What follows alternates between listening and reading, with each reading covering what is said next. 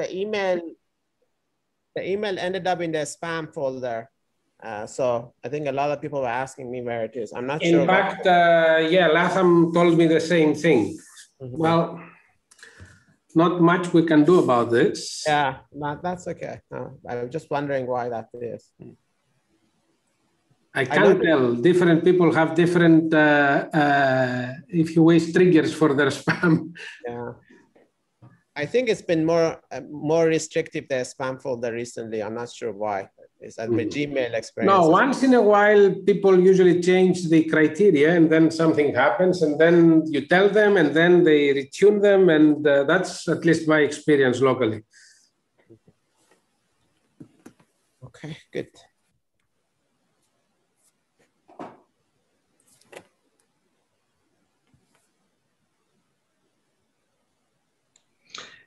Is my slide okay? Sure, fine. You want to go to the next one just to check?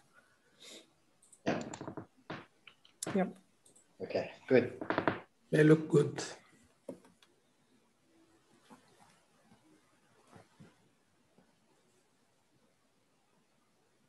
So I think we'll wait another couple of minutes. Yeah.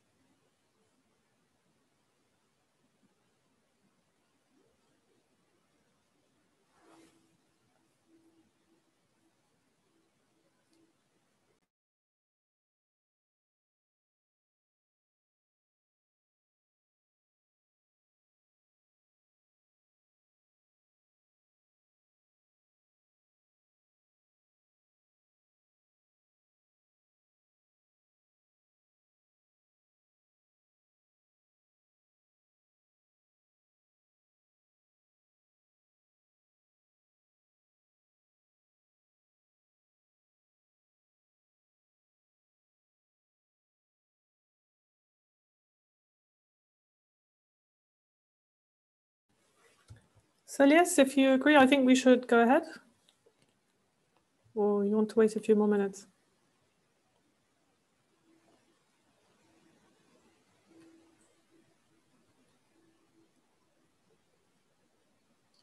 Wait one more minute, but I think then we should go. Okay.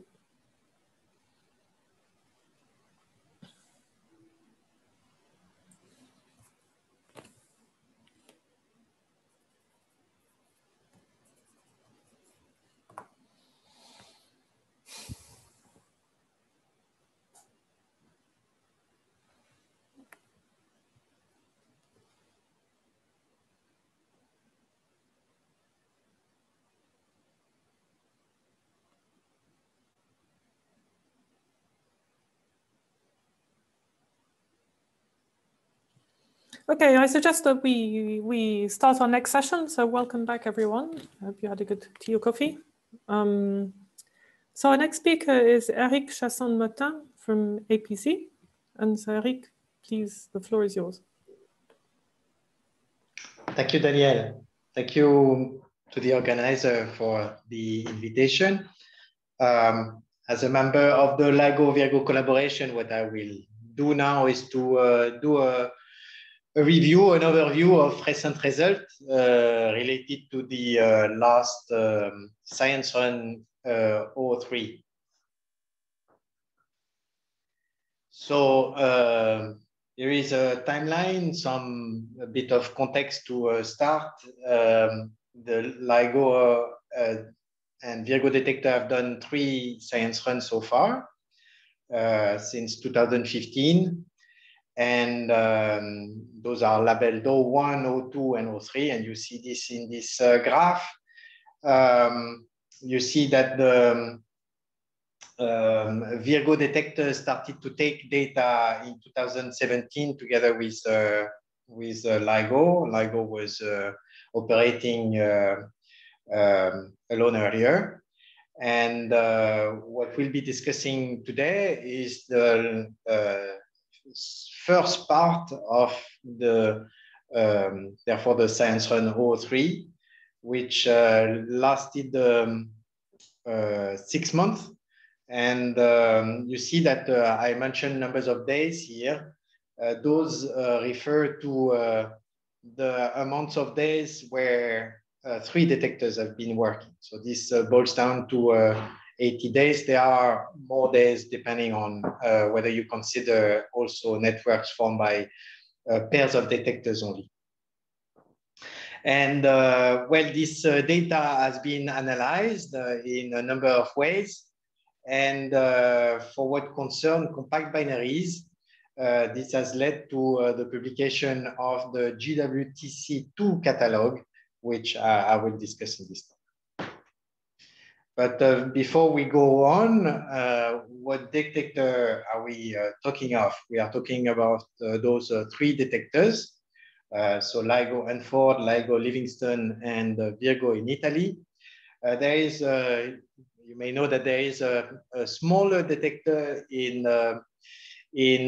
Germany, GEO, close to Hanover, but this data is not used in this analysis. There were a tentative goal from the Japanese collaboration KAGRA to join O3 as well. But in the end, this did not work, and they are targeting to join really observation for the next run, O4. So in terms of sensitivity, this is the difference of the sensitivity curve between O2 2016-17 and O3 2019 and 20. So this is the first part of O3 here that we see. The curves for the second part is a bit better. The detectors have slightly improved, and I took care of aligning the y-axis so that you can really compare the 2 curves together. And what you see here is that there is an improvement in sensitivity for the LIGO Hanford and Livingston, clearly. I mean, if you compare here with respect to the 10 to the -3, -23 line, and there is a clearly a large improvement in sensitivity in Virgo by at least by a factor of 2. So another way of looking at this sensitivity curve is to look at the so-called BNS horizon, so the or the BNS range, in fact, here. So this is an average distance, observation distance for binary neutron stars, so 1.4, 1.4 solar masses. And you see again on the left the O2 BNS range and the O3 BNS range on the right. And you see here, therefore, the factor of 2 in Virgo sensitivity, and something like a 1.3 to 1.5 increase in sensitivity for LIGO when you compare with the best sensitivity achieved in O2. So overall, this means like a factor of 5 of increase in terms of volume time, which is the parameter relevant to infer the number of events you gain, okay? Because you increase in distance, then the volume of the sphere that you're observing is the relevant parameter. Also, the duration of the run is important as well. So factor of 5. And another aspect that counts when searching for gravitational wave is the fact that, well, your detector noise is not perfect. Is not perfect in the sense that it does not reduce to the fundamental noises that are assumed, I suppose, or should be physically Gaussian. No, the noise is as a non-Gaussian contribution, which translate into transient noises that we offer in jargon called glitch. And here, those plots shows the glitchiness of the data. So the number of those transient noise occurring in a minute. And you see the lines here, the dashed line corresponds to O2 level, and the dotted line to the O3 level. So you see that for LIGO was about the same, a bit more glitchy in O3 than in O2. And the Virgo detector was instead much better by an order of magnitude. So the data from O3 has been analyzed, and this has led to a number of publications, 17 papers published so far by the LIGO and Virgo collaborations. 9 papers about the discoveries of compact binary coalescences, the main topic that I'll be discussing afterward. Either for the presentation of special gravitational wave event that, special in the sense that they deserve special attention. They are specific with respect to the observed events so far, and to publish the catalog and the, companion paper of that catalog, interpretation, and so on. I profit of this presentation to do a bit of advertisement for a presentation that will take place in a few days on May 27th, showing the latest result related to O3 that I won't discuss here today. So you see here the paper that has been posted on the archive looking for lensing signature in LIGO and Virgo data from O3 run. O3a run, and you have the Zoom, well, you have an address here, a URL, where you can register to that webinar, where you'll have a detailed presentation of that paper. Well, the rest of the paper, so the 8 papers that remains are about the transient sources, but not compact star binaries, cosmic strings burst, search in association with GRBs, or search for permanent sources like isolated neutron stars and stochastic backgrounds. But let me move to the type of observation that I want to discuss now, compact star binaries. So we'll be interested into the merging of 2 compact star, neutron stars, or black hole. Already Radu did a lot of discussion related to the signal that we are targeting. You see the gravitational wave search, the chirp that I've represented here, that represent all the phases that this coalescence process includes. So the in spiral part where the 2 bodies are far apart, and then the merger part where they are actually close to collide, and then the ring down part where a single object, distorted black hole probably, has formed and ring gravitational wave down to equilibrium. So far, we've been using, well, to search for this signal, we've been using waveform models, which I think are not the one that Radu discussed earlier. I don't think we are using the post-Miskovskian approximant that is described earlier. But we are using two main families of waveform models that are called phenom and refer to phenomenological ansatz to connect those three pieces of waveform approximant together and stitch them together. And the other is the effective one-body approach that Radu mentioned earlier.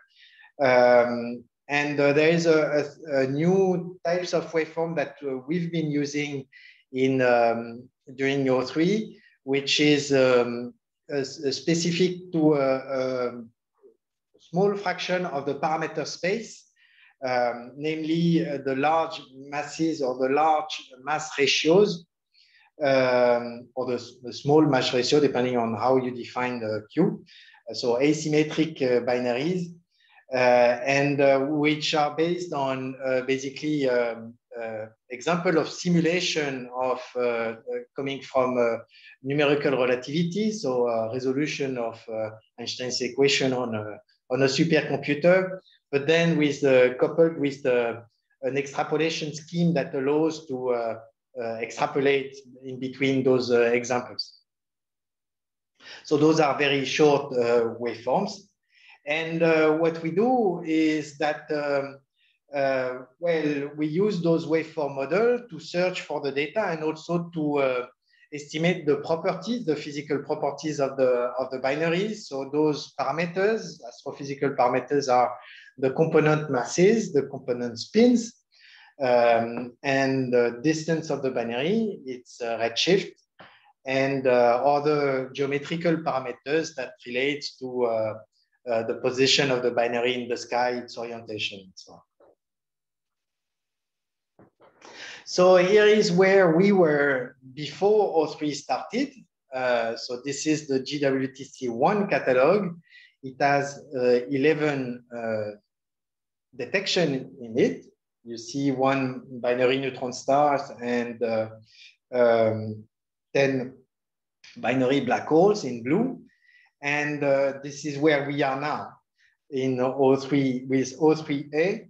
So this graph here has populated with additional 39 detections.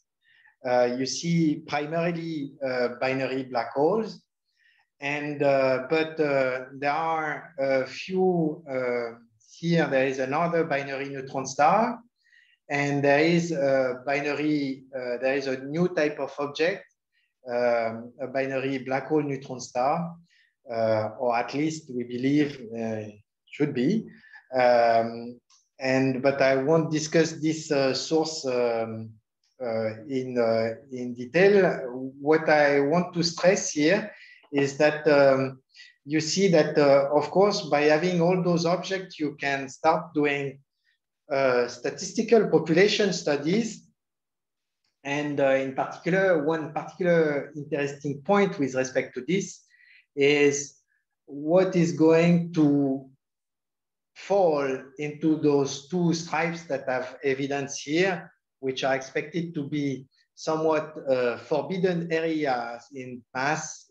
So we call this mass gaps, so the lower and the upper mass gap. And we will talk about that a bit more later on. Right, so this is another way to represent those 39 detections here with more parameters being shown. So you see the posterior measurement, the posterior distribution for the two masses, M1 and M2, and the mass ratio, the spin measurement here.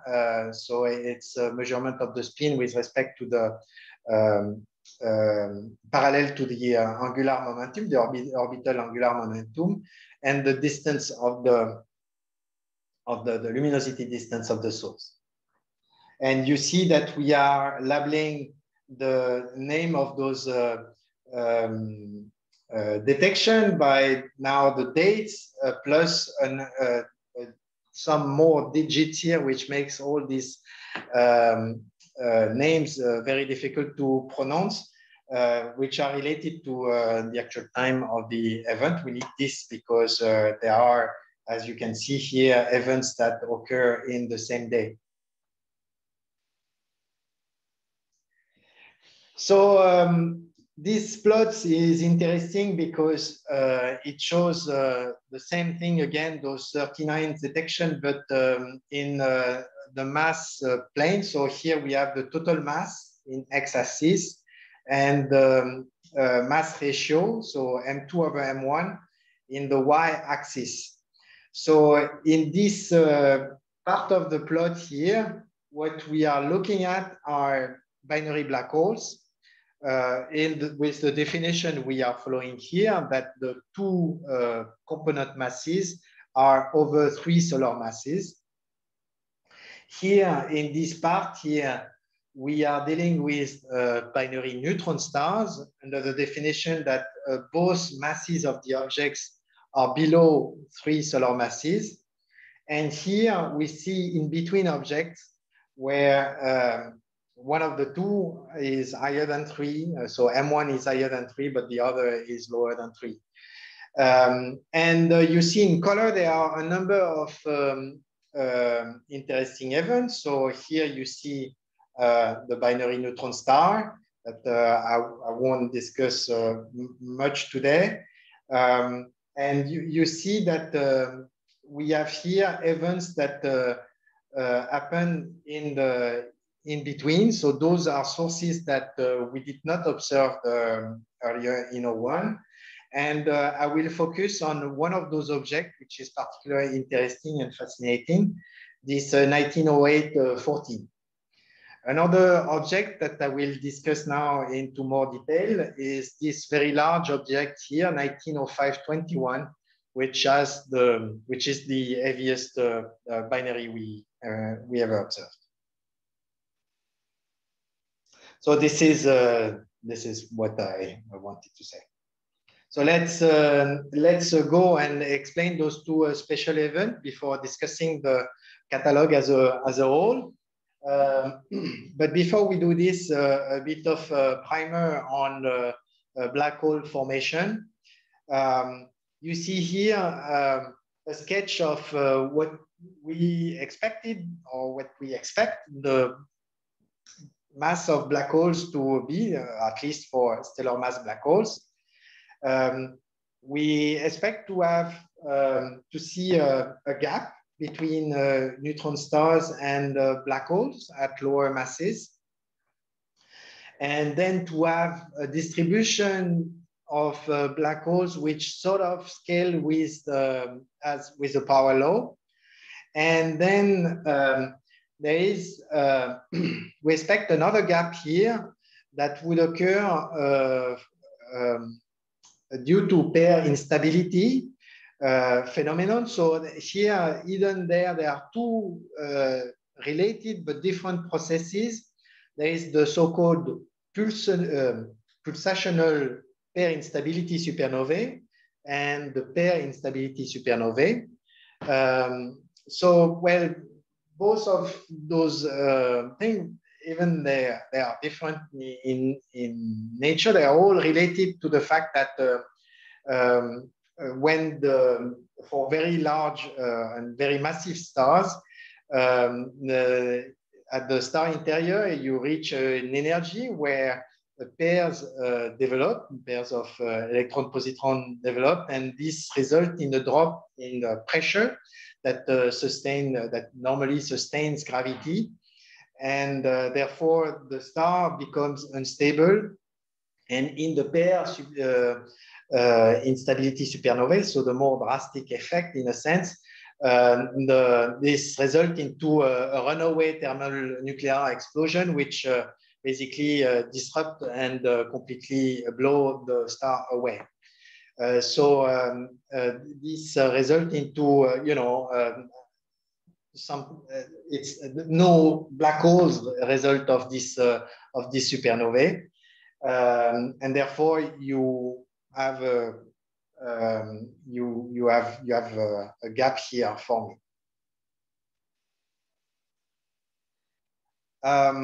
So this said, I will go to now the two highlights that I wanted to make. So the first of this is 1908-14.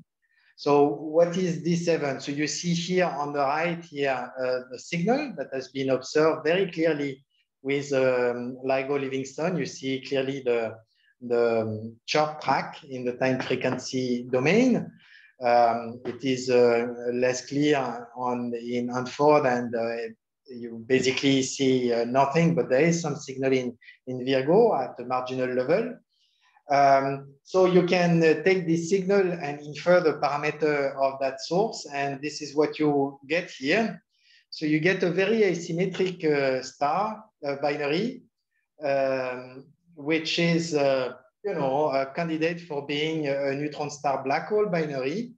So with a first object, a primary object, which is clearly a black hole of order of 20 solar masses, and then a smaller object, which happens to be around 2.6 solar mass. And I mean, this is this 2.6 solar mass that makes this object very interesting, because this mass is very difficult to conciliate with constraints on a neutron star maximum mass. And it appears also to be fairly small for a black hole as well. So, well, it's either the heaviest known neutron star or the lighter known black hole ever observed.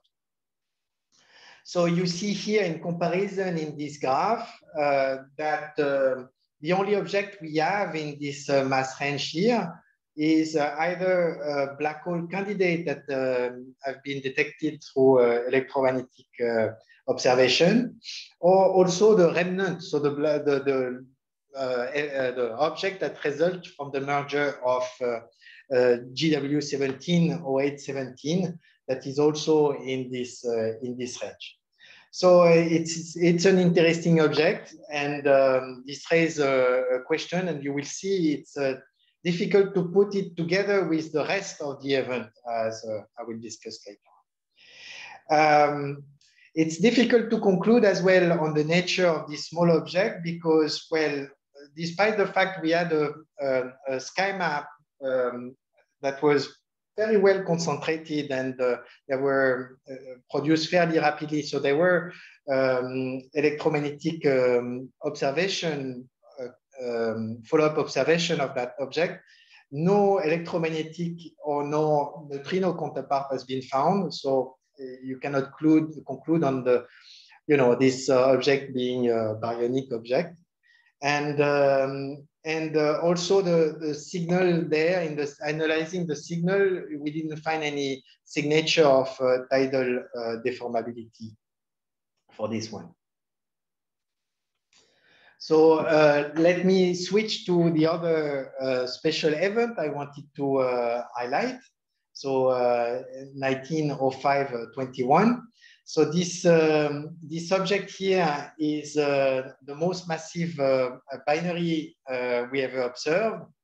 And you see here a primary mass here, which is of the order of 80 solar masses, and another black hole here, which is about 70, maybe 60 to 70, 50 to 80 solar masses, if you take the full confidence interval. So the signal here is, reflects this very large mass. We barely see the inspiral part, and we really see the final ring down of the waveform. It's a very, very short waveform. Well, the interesting things here is that the mass of this object falls into the upper mass gap that I mentioned earlier. So it contradicts this what we expect, especially if you if you assume the pair instability theory that I described earlier.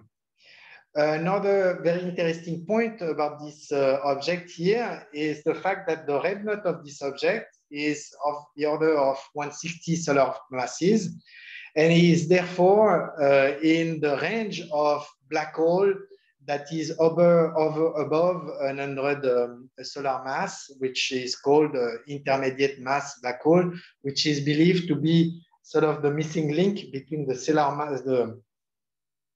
mass black hole and the massive black holes, I mean the supermassive black holes. A specificity of this event as well is the fact that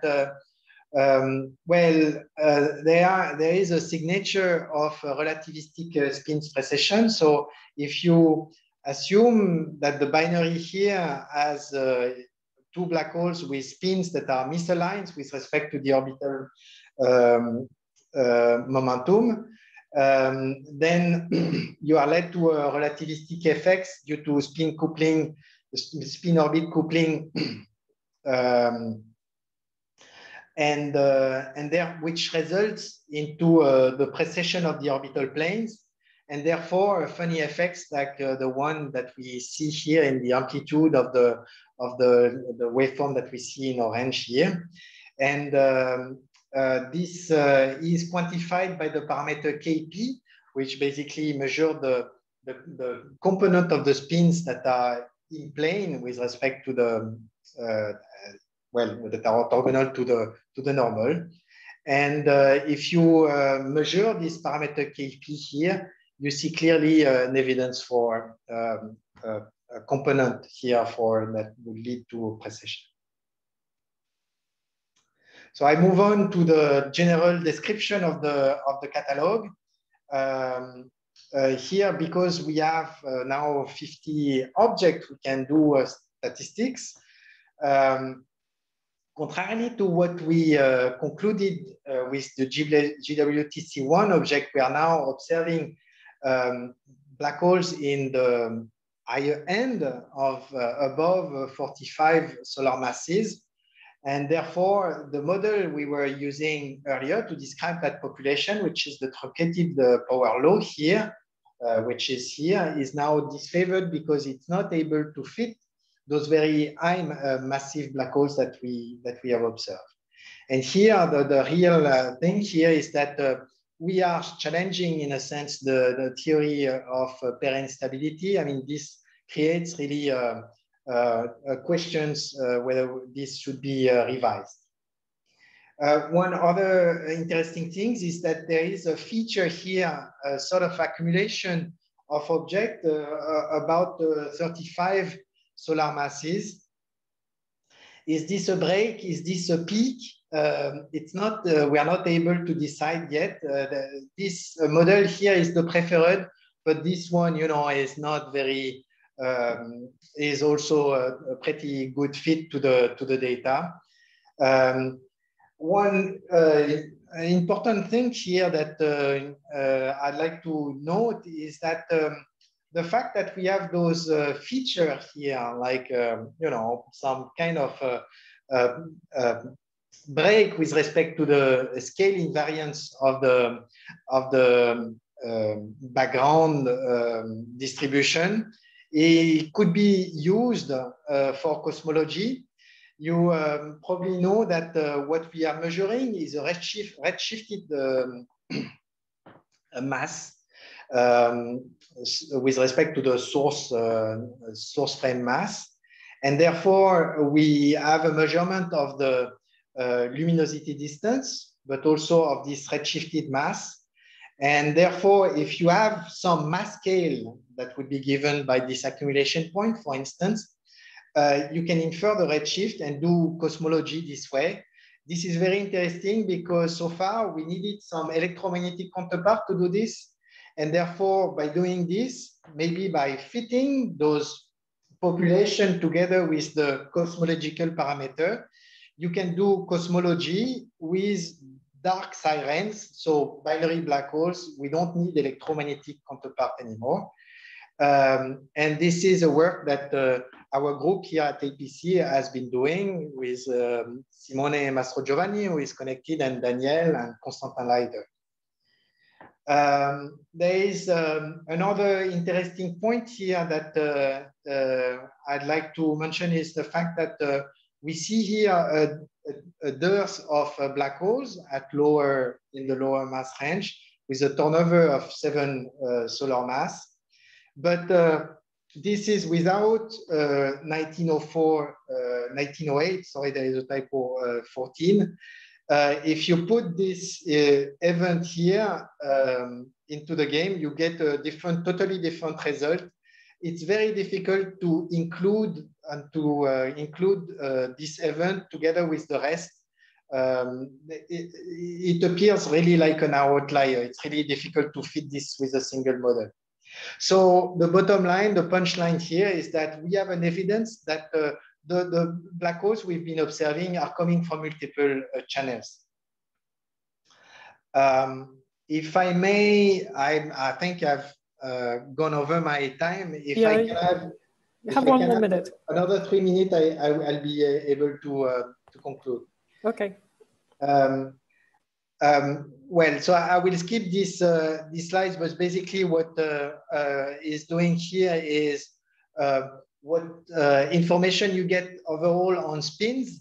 And here again, you have an information that hints towards the fact that dynamical formation scenario might be better fit for what the spin distribution that we observe, especially because including with the whole population here, we have an observation of precessing of spin-induced relativistic precession. And we have a new estimate for the rate of both BBH and BNS. For BNS, we have a reduction of the rate because of lack of observation. We observed one event so far in this part of the run. Let me go straight to the conclusion. But before I'll do this, I'd like to advertise the fact that the O3a data are now public.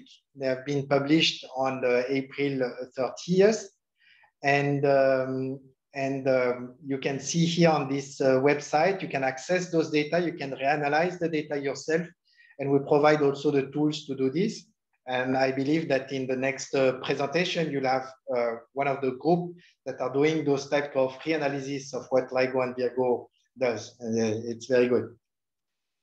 So what's next? The next thing is O4 and O5 with another increment by a factor of 5 with respect to O3.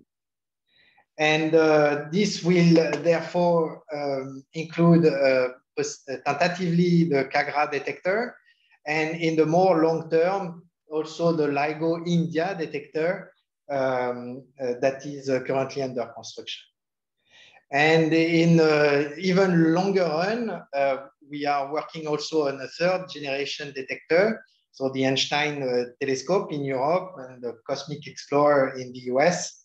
Here with a factor of 10 in distance target for improvement with respect to the current detector that will be operating in a few years. So those 3rd generation detector have amazing capabilities, like observing the almost entirety of BBH merger in the entire universe, so much beyond star formation. So to conclude, the O3 run has been very successful. We have 50 events detected so far. There are more to come. First of all, because we are yet final catalog to appear. We have those reanalyses from various groups that probably will come up now. And of course, we have the O3b part, which is the other half of the data. So it's a big chunk.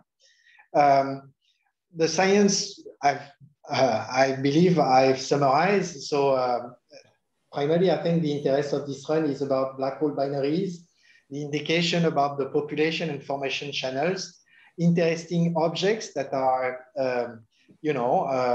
falling into area we did not expect, very heavy BBH, like the first intermediate mass black holes. The deception is about electromagnetic counterpart we did not observe. We realize it's harder than expected. But there are a lot happening in other fronts, cosmology with gravitational wave and testing general relativity that I could not really discuss. This run open really fundamental questions about black hole formation, and this is really a very interesting area for working right now. There are indications of multiple formation channel, and there are claims coming from after GWTC2 that some of these could be primordial black holes or could come from merger in the disk around the AGNs. The next step for us is June 2022 with O3a, with possibly, if the upgrades leads us to the expected increase in sensitivity of order of maybe few hundred gravitational wave signals, may be able to decide and to conclude on the formation channels. And hopefully we'll get some more multi-messenger observation. Sorry for the extension of my talk, but I'm done. Thank you very much. Thank you very much, Eric, for this very clear talk. So we only have, I'm afraid, a few minutes for questions. So if there are any questions, please go ahead. Please raise your hand. Yes, maybe Elias, you went first. You mentioned that you couldn't measure the, in the case of the black hole neutron star, you couldn't measure the characteristics, let's say the deformability. Why is that so? Why you could not measure it? That's a signal to noise ratio. I see. And possibly, I mean, one of the possibilities that what we observe as well is that the spin of the M1, so the black hole, the 20 solar mass black hole, is aligned with respect to it's a small spin, and therefore it's likely that well, if this is the case, then you may more have a direct plunge of the smaller object onto the black hole, and therefore you don't have enough space to enough signal or enough time to observe these tidal effects. Yeah. Okay, thank you. So Francesca, Doctor. Thank you. I'm curious to have more information regarding the event involving the very small compact object. You said that there is no electromagnetic and neutrino counterpart. So what would be a signature that this is indeed a black hole merging? Neutron star, right? So what we expect? But no. Sorry. What I mean is why we don't say that. I mean, of course, saying that the 2.5 solar masses is a black hole. Object is a black hole involves alternative models of formation such as primordial black holes. So, but why we don't just say this could be a black hole? Right. So we say it could be either black holes or neutron star. We are not able to conclude, right? What we could have expected as an electromagnetic counterpart would be a tidal, in case it is a neutron star, to see the signature of a tidal disruption of the neutron star, which would therefore, lead to some kind of optical transient or infrared transient. And therefore, then you're able to conclude, right? But without observing any signature, It could be also, even if it's a neutron star, you could have a direct plunge without any tidal disruption, and therefore you don't have, I mean, in this case, you don't have a signature the same way you don't have a signature if it's a black hole. So in this case, you're not able to conclude. Does that make sense? Yes. So, but okay. So this leaves the question open, and more in general, when you have events involving such a difference between big mass and small mass, what are the can you summarize what is the main difficulty? My understanding is that there is a theoretical difficulty in modeling this kind of cases. May I, sorry, can I just interject, because the time is running past and we have a discussion session afterwards. Yes, sure. Maybe we could carry on with your question and Norma's question in the discussion session, so we're not too far behind schedule.